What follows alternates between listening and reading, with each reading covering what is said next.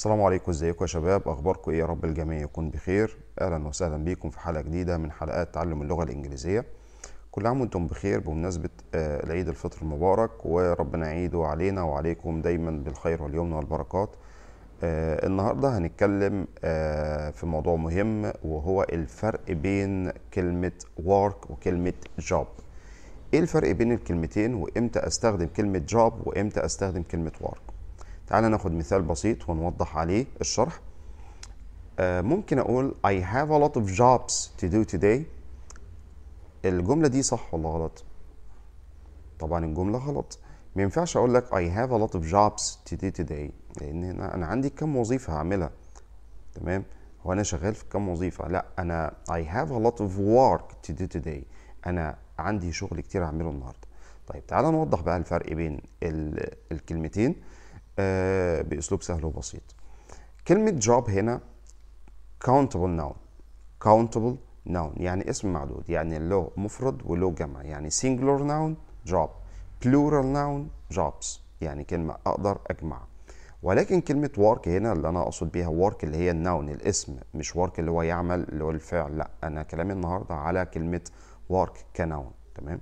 كلمة work هنا uncountable noun، اسم غير معدود، يعني أنا ما ينفعش أجمعه. تمام؟ فهو دايما اسم مفرد. الحاجة التانية ان كلمة work يقصد بيها الشغل في حد ذاته، العمل في حد ذاته، التاسك نفسها، المهمة نفسها اللي انت بتعملها، الشغل نفسه.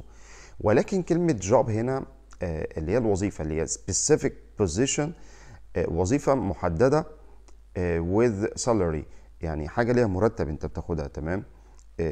يعني الوظيفة نفسها، يعني ده وظيفته مدرس، وظيفته مهندس، يعني الشغل نفسه. تمام؟ او الوظيفه اللي انت بتتقاضى عليها اجر معين.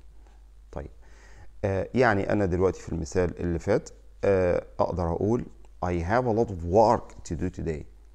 انا عندي شغل كتير اعمله النهارده. ما ينفعش اقول I have a lot of jobs. تمام؟ طيب ناخد مثال تاني على كلمه jobs او كلمه job، وبرضه عشان نفهم اكتر ممكن اقول ايه؟ I have two jobs. انا عندي وظيفتين. I am a teacher and a writer. أنا مدرس وكاتب. تمام؟ فأنا هنا بشير إلى الوظيفة أو الشغل اللي أنا شغاله، الحاجة اللي أنا بتقاضى عليها أجر يعني. تمام؟ ممكن أقول he is an engineer. تمام؟ he has two jobs. He's an engineer and he's a trainer مثلا، هو مدرب. تمام؟ يبقى هو هنا عنده وظيفتين. ما ينفعش اقول he has to work.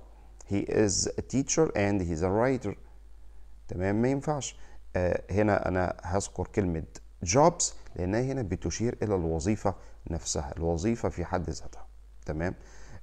يبقى كلمة work يا جماعة احنا بنقصد بيها العمل في حد ذاته. تمام؟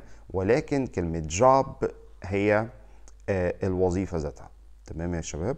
أتمنى الفيديو يكون مفيد، وعرفنا الفرق بين كلمة job وكلمة work. وما تنساش لو أول مرة تشوف القناة بتاعتنا تشترك في القناة وتفعل زر الجرس عشان يوصلك كل جديد. والسلام عليكم ورحمة الله وبركاته.